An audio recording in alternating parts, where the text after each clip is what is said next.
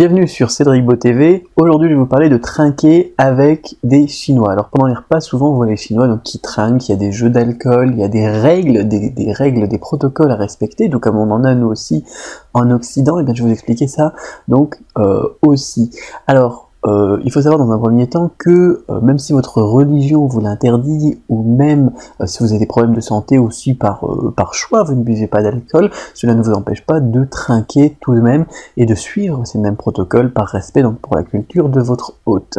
Donc il faut savoir dans un premier temps que généralement pendant que les gens boivent de l'alcool à table, ils ne mangent pas de riz. Le riz permet d'éponger l'alcool et on va dire c'est une espèce de concours qui fait que lorsque les gens donc sont en train de trinquer, en train de parler au début du repas, ils mangent des plats, ils prennent dans les plats donc avec leur baguette en fonction des plats qu'il y a sur la table, mais ils ne vont pas se servir de riz. Donc pour nous c'est pas forcément gênant, mais pour les Chinois donc c'est très important. Donc je vous invite lorsque vous faites donc un repas avec des Chinois et que ça se passe comme ça, à ne pas manger de riz si personne n'en mange. Voilà, tout simplement. Dans un deuxième temps, il y a aussi cette règle qui est d'inviter les gens à boire.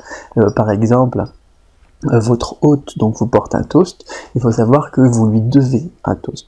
On vous invite à boire, généralement, il faudra inviter la personne à boire en retour. La règle est que, en pratique, chaque personne invite tout le monde à boire au moins une fois.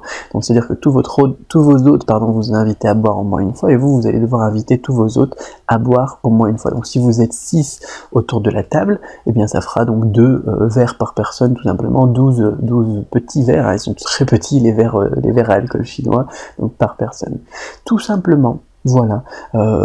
Après, il y a des stratégies qui sont vraiment très utiles si vous ne tenez pas forcément à l'alcool. Je vais vous expliquer ça. Il y a un article de Jérôme Berny qui est issu de son livre, qui est un très très bon livre, je vous invite à lire, qui m'avait envoyé moi lorsque j'étais aussi en France. Je vous invite à le découvrir là aussi en dessous de cette vidéo. Mais vous connaissez déjà au moins l'essentiel. Voilà. Donc si on vous invite à boire, vous invitez aussi les gens à boire. Ne refusez pas un toast, sauf si bien évidemment vous avez des raisons valables de santé ou de religion pour refuser cela, mais ça ne vous empêche pas de porter un toast avec un autre liquide, une autre boisson, même de l'eau. Voilà, donc je vous invite à découvrir un petit peu tout ça en plus donc dans le très très bon livre de Jérôme Berny, mais vous connaissez au moins déjà l'essentiel. À très bientôt pour une autre vidéo.